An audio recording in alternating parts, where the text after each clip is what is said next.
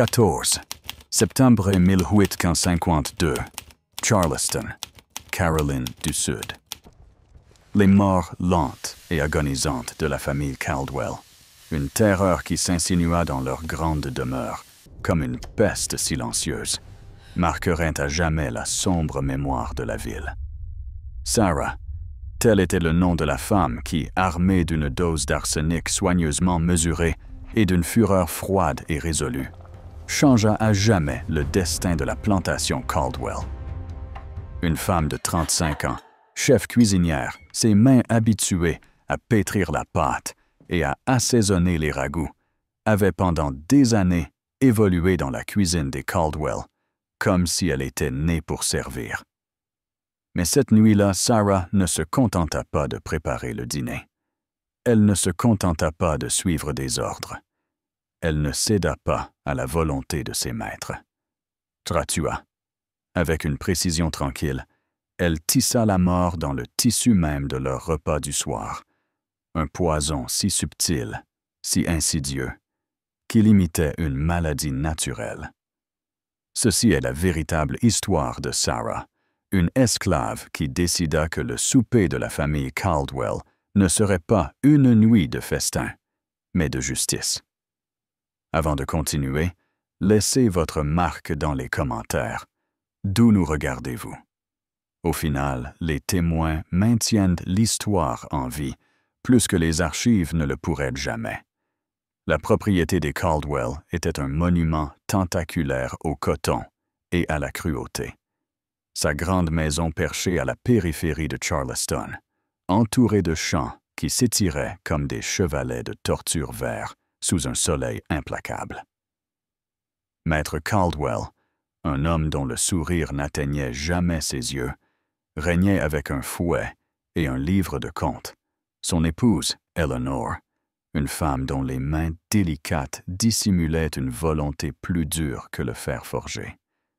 Leurs enfants, élevés dans cette maison de privilèges, apprirent très tôt à faire écho au dédain de leurs parents pour les êtres humains qui avaient bâti leur richesse.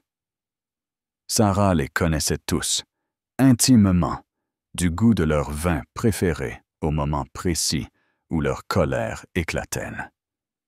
Elle avait cuisiné pour eux pendant 20 ans, depuis qu'elle était une fille à peine assez âgée pour soulever les lourdes marmites en fer. La cuisine, d'habitude un lieu de chaleur, de vapeur et de hachis rythmiques de légumes, était devenue pour Sarah et 5 autres femmes, Clara, Betty, Martha, Eliza et Rose, une chambre silencieuse de doléances. Clara, Martha et Betty travaillaient aux côtés de Sarah dans la cuisine, leurs mains se déplaçant en synchronisation pratiquée, leurs yeux se rencontrant dans des regards qui en disaient long.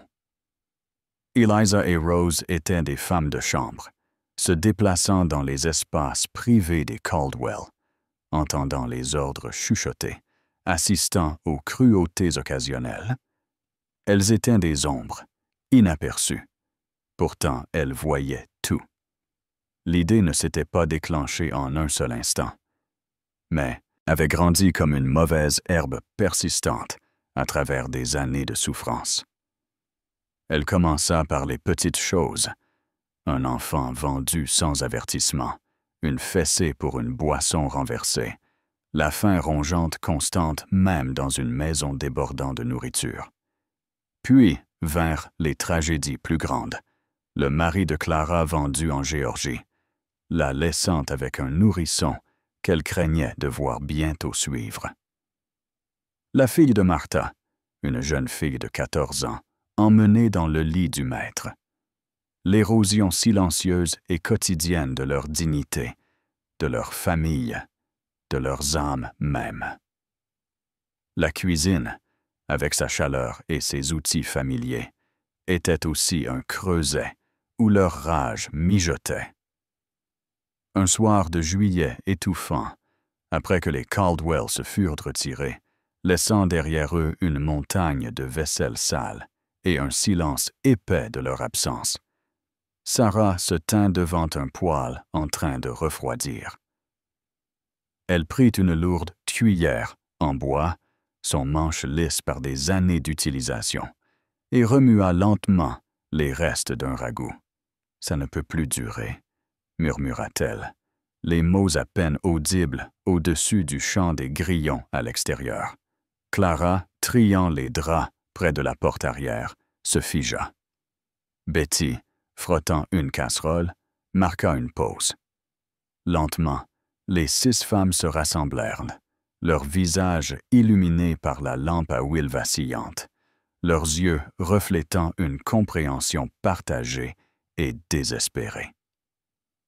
Elles parlèrent à voix basse, le cliquetis des casseroles et des poêles, habituellement un bouclier pour leur conversation, servant maintenant de toile de fond à quelque chose de bien plus dangereux.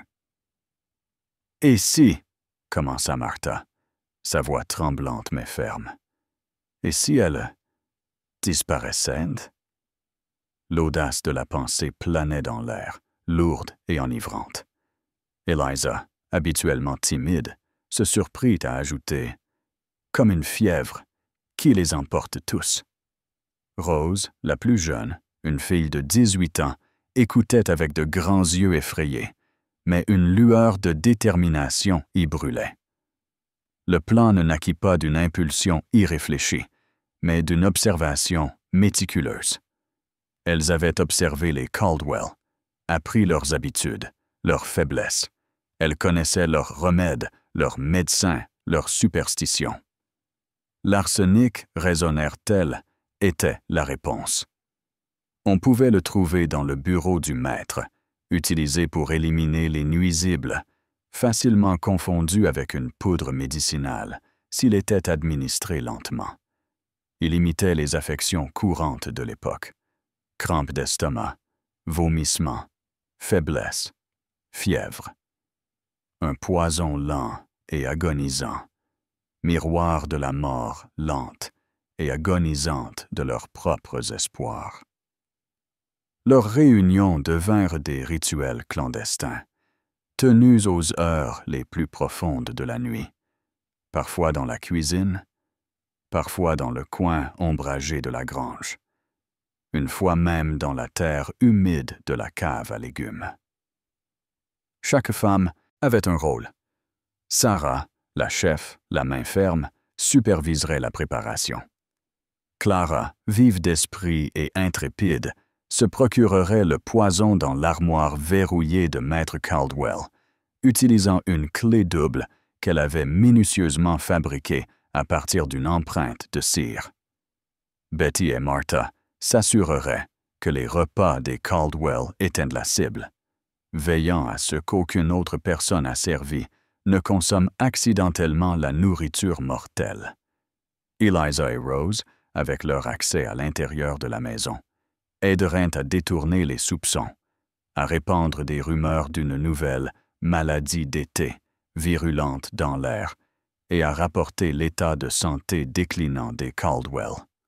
La terreur d'être découverte était une compagne constante, une ombre qui s'accrochait à elle. Charleston, en 1852, était une ville bâtie sur le dos des personnes asservies, mais aussi sur la peur de leur rébellion. Le moindre signe d'insubordination, sans parler de meurtre, serait accueilli par une justice rapide et brutale. Pourtant, la peur de rester dans leur état actuel, de devoir endurer un jour de plus sous le fouet des Caldwell, était plus grande. « Sommes-nous vraiment prêtes? » demanda Sarah une nuit, sa voix à peine un murmure, une question rhétorique destinée à renforcer leur détermination collective. Elle regarda chaque visage, les marques de fatigue, l'éclat de détermination. Clara hocha la tête, la mâchoire serrée. Les yeux de Martha, habituellement baissés, avaient une lumière farouche. Betty, Eliza et Rose, bien que visiblement nerveuses, reflétaient ce sentiment. Le jour arriva avec une chaleur ordinaire et accablante. Le 10 septembre 1852, L'air dans la cuisine était épais de l'odeur de viande rôtie et de légumes mijotés. Maître Caldwell organisait un petit dîner, un rassemblement de marchands importants de Charleston. C'était leur chance. L'énergie chaotique d'une cuisine animée servirait de couverture, les multiples plats une occasion parfaite pour l'introduction subtile de leur agent choisi. Clara, le cœur battant à un rythme frénétique contre ses côtes, avait déjà sécurisé le petit paquet de poudre blanche. Elle l'avait dérobé du bureau du maître plus tôt ce matin-là, un triomphe de sang-froid et de ruse. C'était de l'arsenic pur, destiné aux rats, mais tout aussi efficace sur les humains. Elle le tendit à Sarah, leurs doigts se frôlant, un échange silencieux d'intentions mortelles. Sarah déballa le paquet avec précaution. La poudre était fine, presque comme de la farine, et brillait faiblement dans la lumière tamisée de la cuisine. Ses mains, d'habitude si fermes, tremblèrent presque imperceptiblement alors qu'elle s'approchait de la grande marmite de gombo qui mijotait sur le poêle, le préféré de Maître Caldwell. Elle prit la cuillère en bois familière, son cuilleron taché de noir par des années d'épices. Un instant, elle marqua une pause, le poids de la haute cuillère dans sa main lui semblant immense, plus lourd que n'importe quelle marmite en fer. C'était ça. C'était le point de non-retour. Elle regarda autour d'elle dans la cuisine animée. Martha coupait de l'okra, ses mouvements précis. Betty s'occupait du canard rôti, le dos tourné à Sarah. Eliza et Rose transportaient des plats à travers la porte battante vers la salle à manger, leur visage impassible. Aucune d'elles ne la regarda directement. Pourtant, un courant d'anticipation partagée vibrait entre elles. Avec une profonde respiration silencieuse, Sarah mesura une petite portion de la poudre sur la cuillère et la remua soigneusement dans le gombo. La poudre blanche se dissout rapidement, ne laissant aucune trace. Le riche arôme de fruits de mer, de saucisses et d'épices emplit l'air, masquant toute légère odeur métallique. Elle répéta le processus avec le ragoût familial, un plat que les enfants Caldwell appréciaient particulièrement. C'était un empoisonnement lent et délibéré, conçu pour se manifester sur plusieurs jours, pour imiter un déclin naturel et rapide. Cette nuit-là, les Caldwell et leurs invités festoyèrent.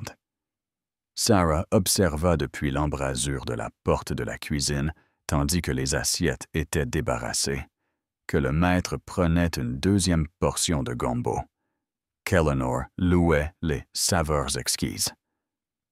Une froide satisfaction s'installa dans son estomac, se mêlant à une boule de terreur. Cela fonctionnerait-il? Serait-elle découverte? Le lendemain matin, Maître Caldwell se plaignit d'un violent mal de ventre et de nausées. Eleanor écarta cela comme étant le résultat de trop de nourriture riche. Le jour suivant, ses symptômes s'aggravèrent. Il développa de la fièvre, son corps tenaillé par la douleur.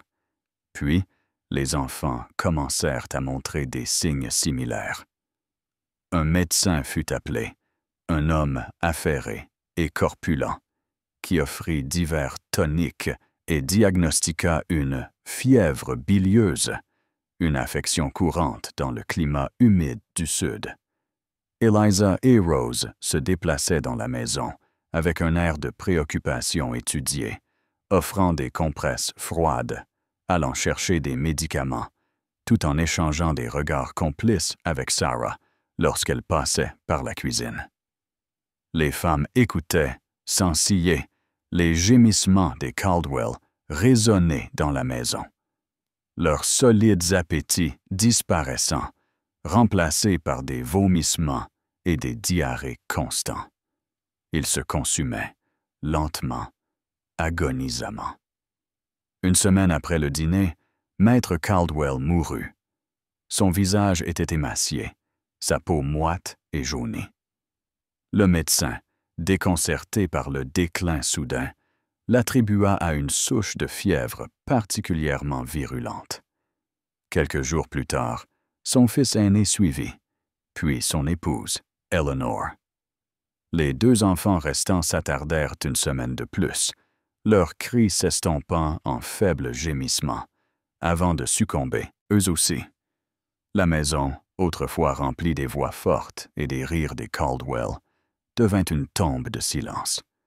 Le monde extérieur réagit par un mélange de choc et de superstition. Une famille entière, exterminée par la fièvre. Certains chuchotaient une malédiction, d'autres de l'eau de puits contaminée. Mais personne, pas encore, ne soupçonnait un acte criminel. La peur qui planait sur la propriété des Caldwell n'était pas seulement celle de la maladie, mais de quelque chose d'invisible, de malin. Pour les 6 femmes, le silence dans la maison fut un baume, une étrange sorte de liberté. Elles vaquaient à leurs devoirs avec une dignité nouvelle et tranquille, leurs visages soigneusement vides, leurs yeux ne trahissant rien.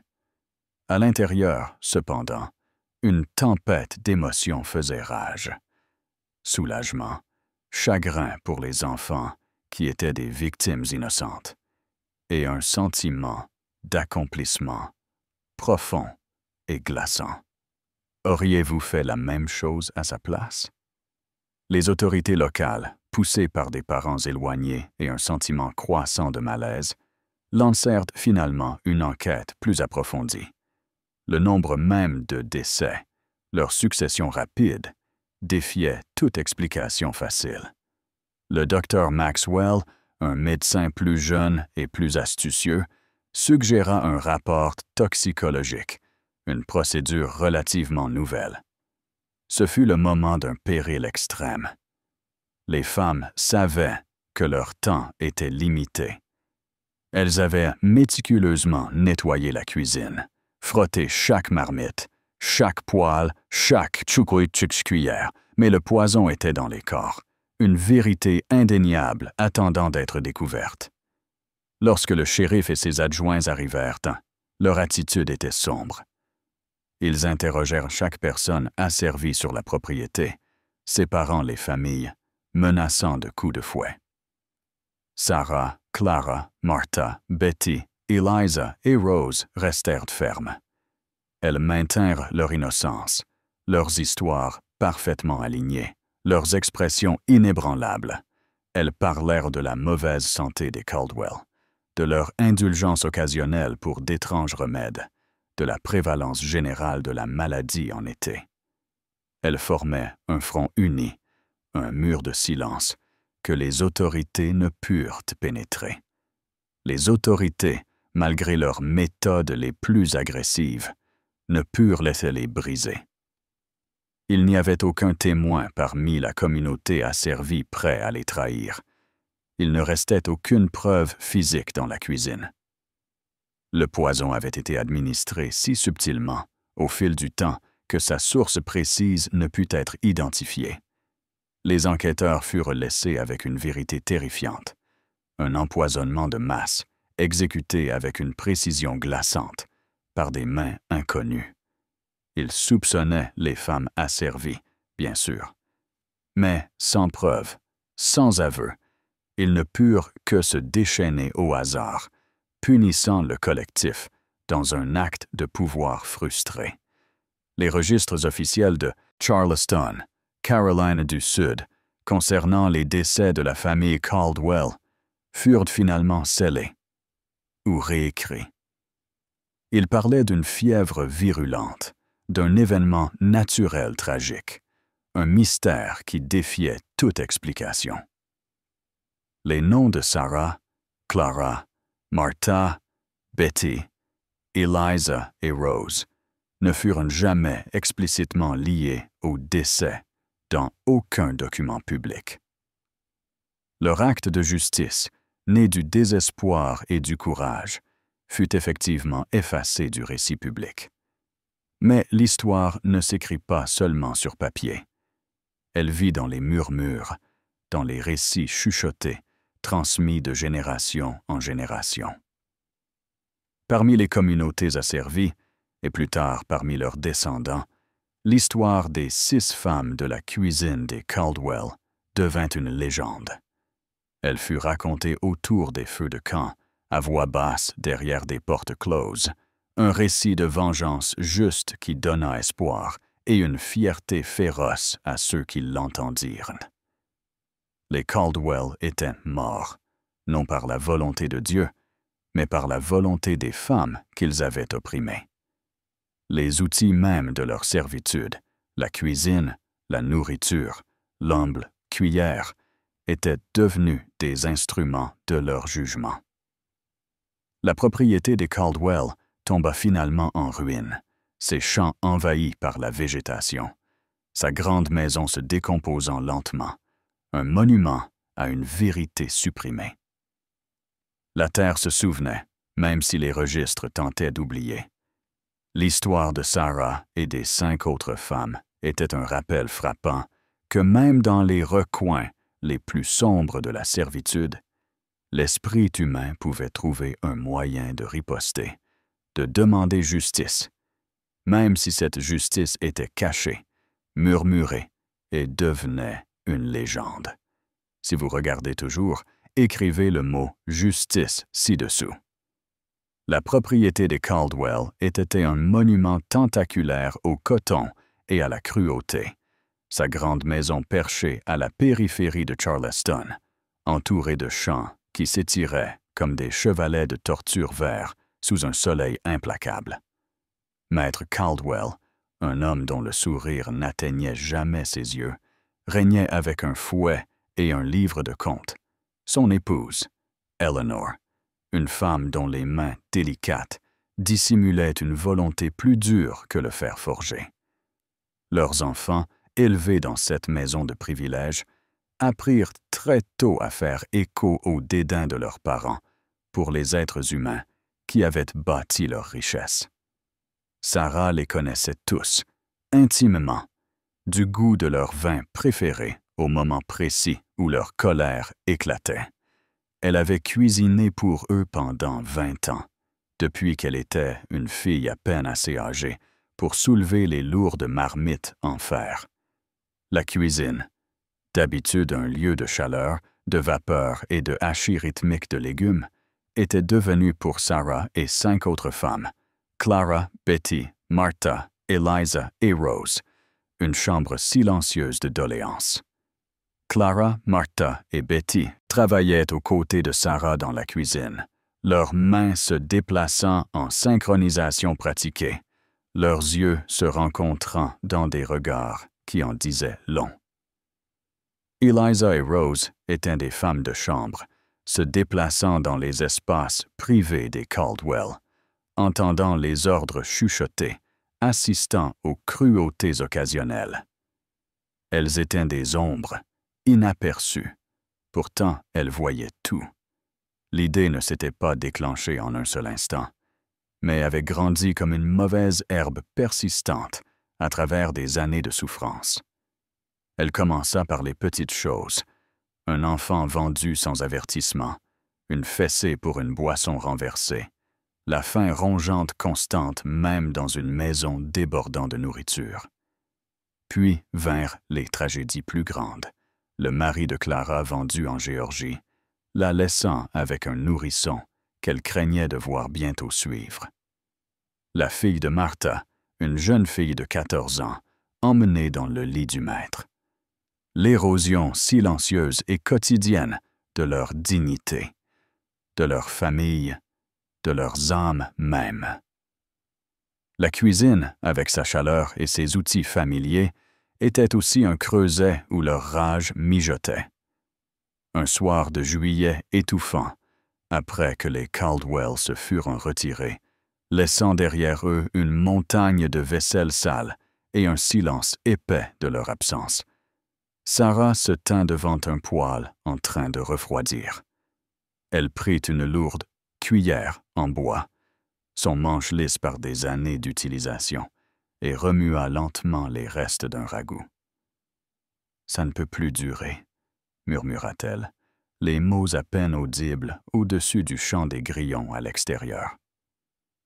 Clara, triant les draps près de la porte arrière, se figea. Betty, frottant une casserole, marqua une pause. Lentement, les 6 femmes se rassemblèrent, leurs visages illuminés par la lampe à huile vacillante, leurs yeux reflétant une compréhension partagée et désespérée. Elles parlèrent à voix basse, le cliquetis des casseroles et des poêles, habituellement un bouclier pour leur conversation, servant maintenant de toile de fond à quelque chose de bien plus dangereux. « Et si, » commença Martha, sa voix tremblante mais ferme, « et si elle disparaissait ?» L'audace de la pensée planait dans l'air, lourde et enivrante. Eliza, habituellement timide, se surprit à ajouter « Comme une fièvre, qui les emporte tous ?» Rose, la plus jeune, une fille de 18 ans, écoutait avec de grands yeux effrayés, mais une lueur de détermination y brûlait. Le plan ne naquit pas d'une impulsion irréfléchie, mais d'une observation méticuleuse. Elles avaient observé les Caldwell, appris leurs habitudes, leurs faiblesses. Elles connaissaient leurs remèdes, leurs médecins, leurs superstitions. L'arsenic, raisonnèrent-elles, était la réponse.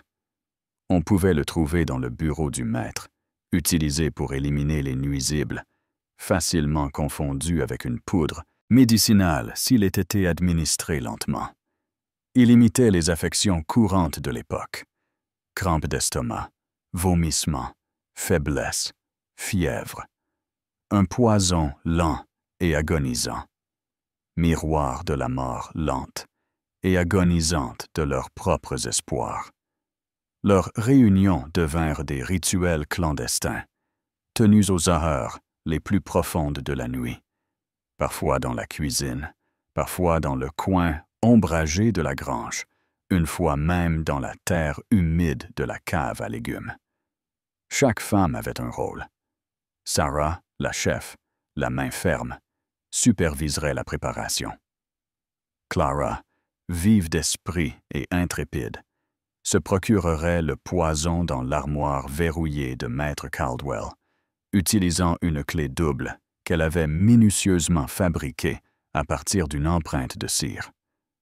Betty et Martha s'assureraient que les repas des Caldwell étaient la cible, veillant à ce qu'aucune autre personne asservie ne consomme accidentellement la nourriture mortelle.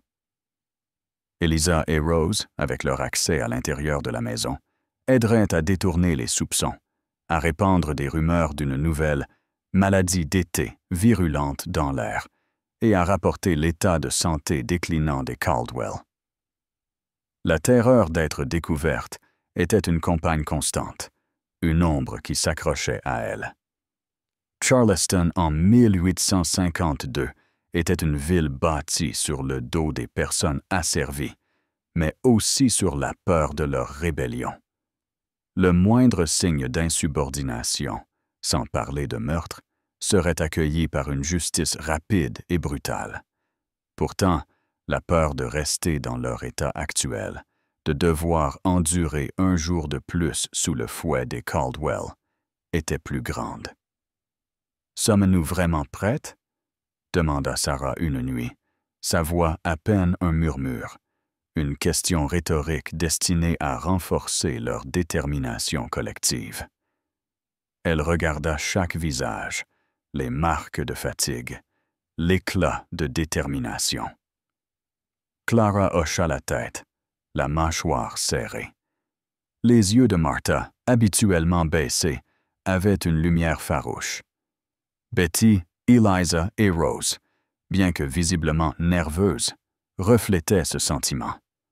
Le jour arriva avec une chaleur ordinaire et accablante. Le 10 septembre, 1852. L'air dans la cuisine était épais de l'odeur de viande rôtie et de légumes mijotés. Maître Caldwell organisait un petit dîner, un rassemblement de marchands importants de Charleston. C'était de leur chance. L'énergie chaotique d'une cuisine animée servirait de couverture. Les multiples plats une occasion parfaite pour l'introduction subtile de leur agent choisi. Clara, le cœur battant à un rythme frénétique contre ses côtes, avait déjà sécurisé le petit paquet de poudre blanche. Elle l'avait dérobé du bureau du maître plus tôt ce matin-là, un triomphe de sang-froid et de ruse. C'était de l'arsenic pur, destiné aux rats, mais tout aussi efficace sur les humains. Elle le tendit à Sarah, leurs doigts se frôlant, un échange silencieux d'intentions mortelles. Sarah déballa le paquet avec précaution. La poudre était fine, presque comme de la farine, et brillait faiblement dans la lumière tamisée de la cuisine. Ses mains, d'habitude si fermes, tremblèrent presque imperceptiblement alors qu'elle s'approchait de la grande marmite de gombo qui mijotait sur le poêle, le préféré de Maître Caldwell. Elle prit la cuillère en bois familière, son cuilleron taché de noir par des années d'épices. Un instant, elle marqua une pause, le poids de la cuillère, dans sa main lui semblant immense, plus lourd que n'importe quelle marmite en fer. C'était ça. C'était le point de non-retour. Elle regarda autour d'elle dans la cuisine animée. Martha coupait de l'okra, ses mouvements précis. Betty s'occupait du canard rôti, son dos tourné à Sarah. Eliza et Rose transportaient des plats à travers la porte battante vers la salle à manger, leur visage impassible. Aucune d'elles ne la regarda directement. Pourtant, un courant d'anticipation partagée vibrait entre elles. Avec une profonde respiration silencieuse, Sarah mesura une petite portion de la poudre sur la cuillère et la remua soigneusement dans le gombo. La poudre blanche se dissout rapidement, ne laissant aucune trace. Le riche arôme de fruits de mer, de saucisses et d'épices emplit l'air, masquant toute légère odeur métallique. Elle répéta le processus avec le ragoût familial, un plat que les enfants Caldwell appréciaient particulièrement. C'était un empoisonnement lent et délibéré, conçu pour se manifester sur plusieurs jours, pour imiter un déclin naturel et rapide. Cette nuit-là, les Caldwell et leurs invités festoyèrent. Sarah observa depuis l'embrasure de la porte de la cuisine, tandis que les assiettes étaient débarrassées, que le maître prenait une deuxième portion de gombo, qu'Eleanor louait les saveurs exquises. Une froide satisfaction s'installa dans son estomac, se mêlant à une boule de terreur. Cela fonctionnerait-il? Serait-elle découverte? Le lendemain matin, Maître Caldwell se plaignit d'un violent mal de ventre et de nausées. Eleanor écarta cela comme étant le résultat de trop de nourriture riche. Le jour suivant, ses symptômes s'aggravèrent. Il développa de la fièvre, son corps tenaillé par la douleur. Puis, les enfants commencèrent à montrer des signes similaires. Un médecin fut appelé, un homme affairé et corpulent, qui offrit divers toniques et diagnostiqua une fièvre bilieuse, une affection courante dans le climat humide du Sud. Eliza et Rose se déplaçaient dans la maison avec un air de préoccupation étudiée, offrant des compresses froides, allant chercher des médicaments, tout en échangeant des regards complices avec Sarah lorsqu'elle passait par la cuisine. Les femmes écoutaient, sans ciller, les gémissements des Caldwell résonner dans la maison, leurs solides appétits disparaissant, remplacés par des vomissements et des diarrhées constantes. Ils se consumaient lentement, agonisamment. Une semaine après le dîner, Maître Caldwell mourut. Son visage était émacié, sa peau moite et jaunie. Le médecin, déconcerté par le déclin soudain, l'attribua à une souche de fièvre particulièrement virulente. Quelques jours plus tard, son fils aîné suivit, puis son épouse, Eleanor. Les deux enfants restants s'attardèrent une semaine de plus, leurs cris s'estompant en faibles gémissements, avant de succomber eux aussi. La maison, autrefois remplie des voix fortes et des rires des Caldwell, devint une tombe de silence. Le monde extérieur réagit par un mélange de choc et de superstition. Une famille entière, exterminée par la fièvre. Certains chuchotaient une malédiction, d'autres de l'eau de puits contaminée, mais personne, pas encore, ne soupçonnait un acte criminel. La peur qui planait sur la propriété des Caldwell n'était pas seulement celle de la maladie, mais de quelque chose d'invisible, de malin. Pour les 6 femmes, le silence dans la maison fut un baume, une étrange sorte de liberté. Elles vaquaient à leurs devoirs avec une dignité nouvelle et tranquille, leurs visages soigneusement vides, leurs yeux ne trahissant rien. À l'intérieur, cependant, une tempête d'émotions faisait rage. Soulagement, chagrin pour les enfants, qui étaient des victimes innocentes, et un sentiment d'accomplissement profond et glaçant. Auriez-vous fait la même chose à sa place? Les autorités locales, poussées par des parents éloignés et un sentiment croissant de malaise, lancèrent finalement une enquête plus approfondie. Le nombre même de décès, leur succession rapide, défiait toute explication facile. Le docteur Maxwell, un médecin plus jeune et plus astucieux, suggéra un rapport toxicologique, une procédure relativement nouvelle. Ce fut le moment d'un péril extrême. Les femmes savaient que leur temps était limité. Elles avaient méticuleusement nettoyé la cuisine, frotté chaque marmite, chaque poêle, chaque cuillère. Mais le poison était dans les corps, une vérité indéniable attendant d'être découverte. Lorsque le shérif et ses adjointes arrivèrent, leur attitude était sombre. Ils interrogèrent chaque personne asservie sur la propriété, séparant les familles, menaçant de coups de fouet. Sarah, Clara, Martha, Betty, Eliza et Rose restèrent fermes. Elles maintinrent leur innocence, leurs histoires parfaitement alignées, leur expression inébranlable. Elles parlèrent de la mauvaise santé des Caldwell, de leur indulgence occasionnelle pour d'étranges remèdes, de la prévalence générale de la maladie en été. Elles formaient un front uni, un mur de silence que les autorités ne purent pénétrer. Les autorités, malgré leurs méthodes les plus agressives, ne purent les briser. Il n'y avait aucun témoin parmi la communauté asservie prêt à les trahir. Il ne restait aucune preuve physique dans la cuisine. Le poison avait été administré si subtilement, au fil du temps, que sa source précise ne put être identifiée. Les enquêteurs furent laissés avec une vérité terrifiante. Un empoisonnement de masse, exécuté avec une précision glaçante, par des mains inconnues. Ils soupçonnaient les femmes asservies, bien sûr, mais sans preuve, sans aveu. Ils ne purent que se déchaîner au hasard, punissant le collectif dans un acte de pouvoir frustré.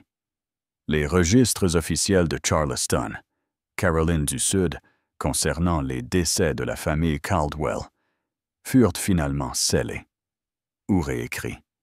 Ils parlaient d'une fièvre virulente, d'un événement naturel tragique, un mystère qui défiait toute explication. Les noms de Sarah, Clara, Martha, Betty, Eliza et Rose ne furent jamais explicitement liés au décès dans aucun document public. Leur acte de justice, né du désespoir et du courage, fut effectivement effacée du récit public. Mais l'histoire ne s'écrit pas seulement sur papier. Elle vit dans les murmures, dans les récits chuchotés transmis de génération en génération. Parmi les communautés asservies, et plus tard parmi leurs descendants, l'histoire des 6 femmes de la cuisine des Caldwell devint une légende. Elle fut racontée autour des feux de camp, à voix basse derrière des portes closes, un récit de vengeance juste qui donna espoir et une fierté féroce à ceux qui l'entendirent. Les Caldwell étaient morts, non par la volonté de Dieu, mais par la volonté des femmes qu'ils avaient opprimées. Les outils mêmes de leur servitude, la cuisine, la nourriture, l'amble, cuillère, étaient devenus des instruments de leur jugement. La propriété des Caldwell tomba finalement en ruine, ses champs envahis par la végétation, sa grande maison se décomposant lentement, un monument à une vérité supprimée. La terre se souvenait, même si les registres tentaient d'oublier. L'histoire de Sarah et des 5 autres femmes était un rappel frappant que même dans les recoins les plus sombres de la servitude, l'esprit humain pouvait trouver un moyen de riposter, de demander justice, même si cette justice était cachée, murmurée et devenait une légende. Le Sud profond en 1852 était un lieu où de tels contes naissaient de la nécessité, une façon de revendiquer leur autonomie dans un monde qui la leur refusait. Le secret partagé par les femmes les liait plus étroitement que n'importe quel lien du sang, un pacte silencieux forgé dans le feu et la peur. Chaque jour après la mort des Caldwell, elles se réunissaient dans la cuisine, leurs yeux suivant les motifs familiers sur le sol, les bords ébréchés du poêle, l'air même qui portait encore les fantômes de leur maître. Il n'y eut pas de célébration, pas de démonstration manifeste de triomphe. Seulement un silence profond et lourd. Un nouveau rythme s'installa dans leur vie, marqué par une absence glaçante. Clara, qui avait perdu son mari et vivait dans une peur constante pour son nourrisson, trouva une paix fragile dans la chambre de maître vacante qu'elle nettoyait désormais. Le grand lit à baldaquin, autrefois symbole du pouvoir de son oppresseur, restait maintenant vide, un témoignage silencieux de sa résolution. Elle passait ses mains sur les rideaux de velours, le bois poli. Elle se souvenait de la froide appréhension qu'elle avait ressentie lorsqu'elle avait fait la première empreinte de cire de la clé du bureau du maître. Il lui avait fallu des semaines, travaillant au milieu de la nuit, modelant la cire molle avec des doigts tremblants, puis convainquant un ouvrier agricole, un homme silencieux nommé Thomas, de limer un morceau de ferraille pour en faire un double passable. Le risque avait été immense, une seule erreur signifiant une mort certaine. Mais la pensée de son bébé, de l'avenir incertain, avait endurci sa résolution. Elle vit le livre de comptes du maître, habituellement enfermé, maintenant laissé ouvert sur son bureau, ses pages remplies de registres méticuleux de propriété humaine, de profits et de pertes. Pour la première fois, Clara ressentit un frisson d'autre chose que de la peur. C'était la satisfaction froide et implacable d'une dette remboursée. Martha, l'esprit meurtri par la violation de sa fille, se retrouvait à fixer les espaces vides où les enfants Caldwell jouaient autrefois. La plus jeune, une fille nommée Emily, avait été douce à sa manière, glissant souvent à la fille de Martha des restes de gâteau. Mais la douceur d'un enfant n'effaçait pas la cruauté des parents, la brutalité systémique qui avait volé l'innocence de la propre fille de Martha. Le cœur de Martha était un paysage conflictuel, un champ de bataille de chagrin et de sombre satisfaction. Elle pensait souvent à sa fille, qui vivait maintenant dans les quartiers, silencieuse, repliée sur elle-même. Martha la regardait, un vœu silencieux passant entre elles. Plus jamais ça.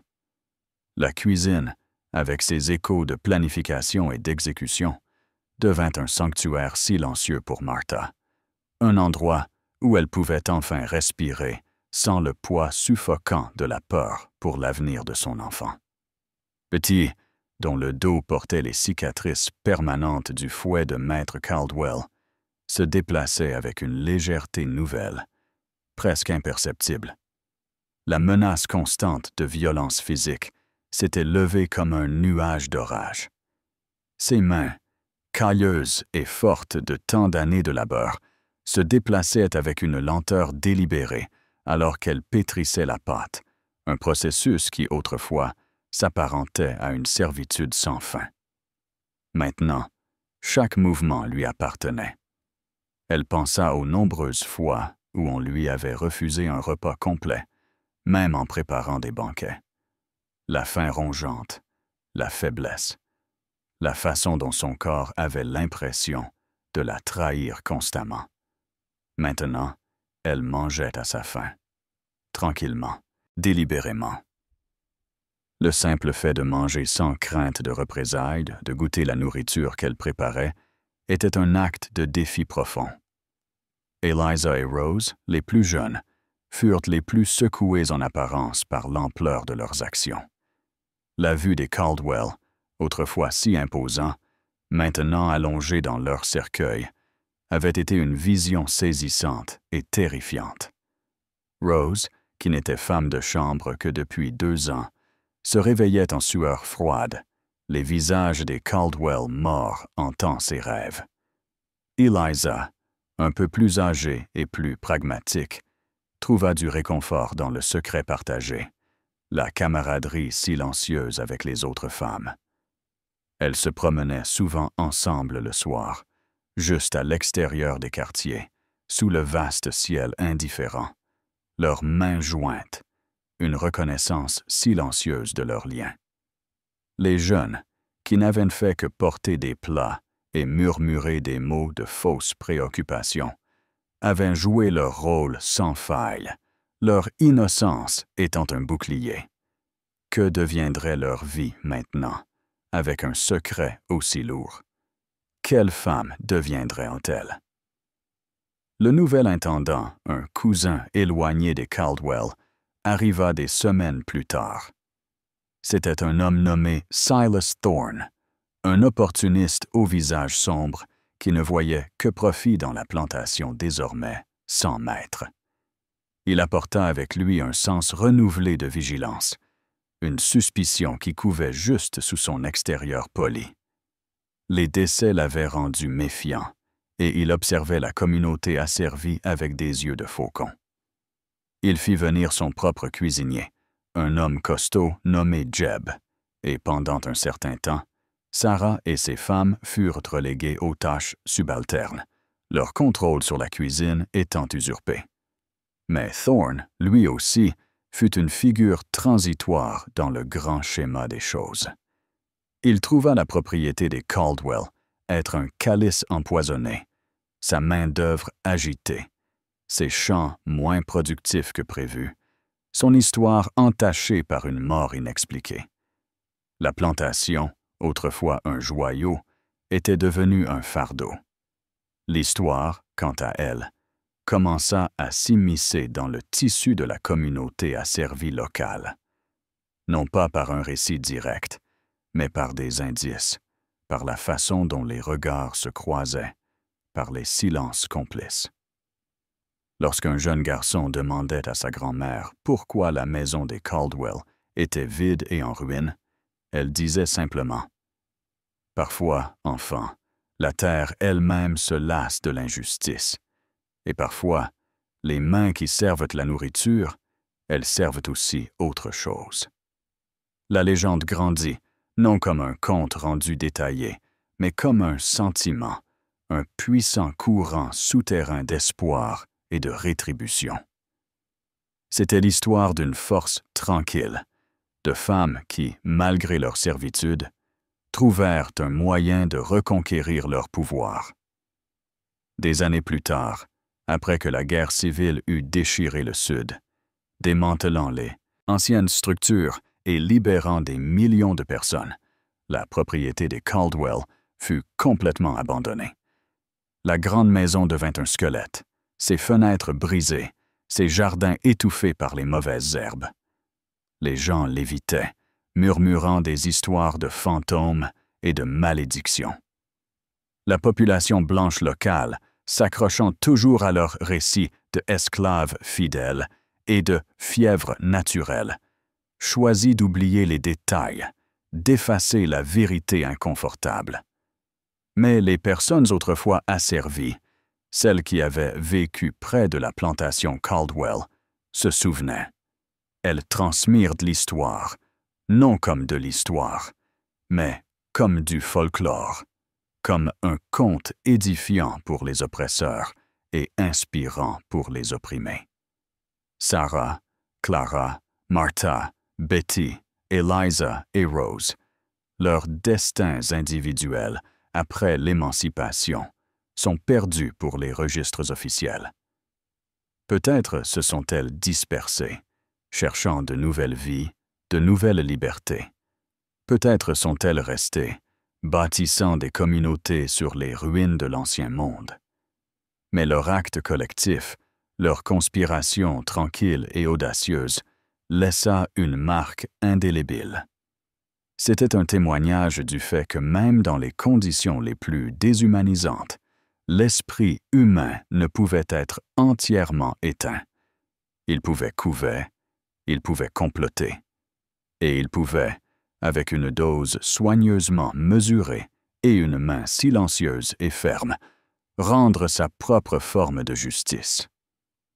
L'ancienne maison des Caldwell est toujours debout aujourd'hui, un monument en ruine enveloppé de vignes et d'ombre, ses fenêtres comme des yeux vides fixant le monde moderne. Si vous passez devant elle par une douce soirée de Charleston, certains disent que vous pouvez encore entendre le faible cliquetis de casseroles et poêles, le doux murmure de voix de femmes et le remuement presque imperceptible d'une cuillère en bois. On dit que les esprits des Caldwell sont liés à la maison, piégés par le poison qui a mis fin à leur vie, cherchant à jamais les visages des femmes qui leur ont servi leur dernier souper. Mais les femmes, les véritables architectes de ce jugement, ne sont pas liés. Leurs esprits sont libres, portés par les murmures du vent, dans les histoires qui refusent de mourir. Elles sont les gardiennes d'une vérité supprimée, un testament à la puissance durable du courage commun et de la vengeance silencieuse. Des histoires comme celle-ci méritent des témoins. Soyez-en un en laissant votre marque dans les commentaires. Et ainsi, les livres de contes officiels de Charleston restèrent silencieux sur la véritable cause de la mort des Caldwell. Leurs pages vierges là où les noms de Sarah et de ses sœurs de courage auraient dû être gravés. Pourtant, dans la mémoire profonde de la terre, sous les chaînes tentaculaires et l'air humide, leur histoire fut écrite non pas à l'encre, mais dans l'esprit durable de défi. Elle devint un hymne silencieux, chanté dans les cœurs de ceux qui connaissaient. La vérité, un témoignage que même les murs d'oppression les plus formidables pouvaient être abattus, non par des cris tonitruants, mais par la résolution mesurée et silencieuse de mains qui avaient appris à transformer la servitude en une arme. La vérité, bien que supprimée par décret officiel, trouva sa voie durable dans les murmures des générations, une légende puissante d'une justice rendue, prouvant que certaines histoires, aussi gênantes soient-elles, refusent d'être enterrées. Des histoires comme celle-ci méritent des témoins. Soyez-en un en laissant votre marque dans les commentaires.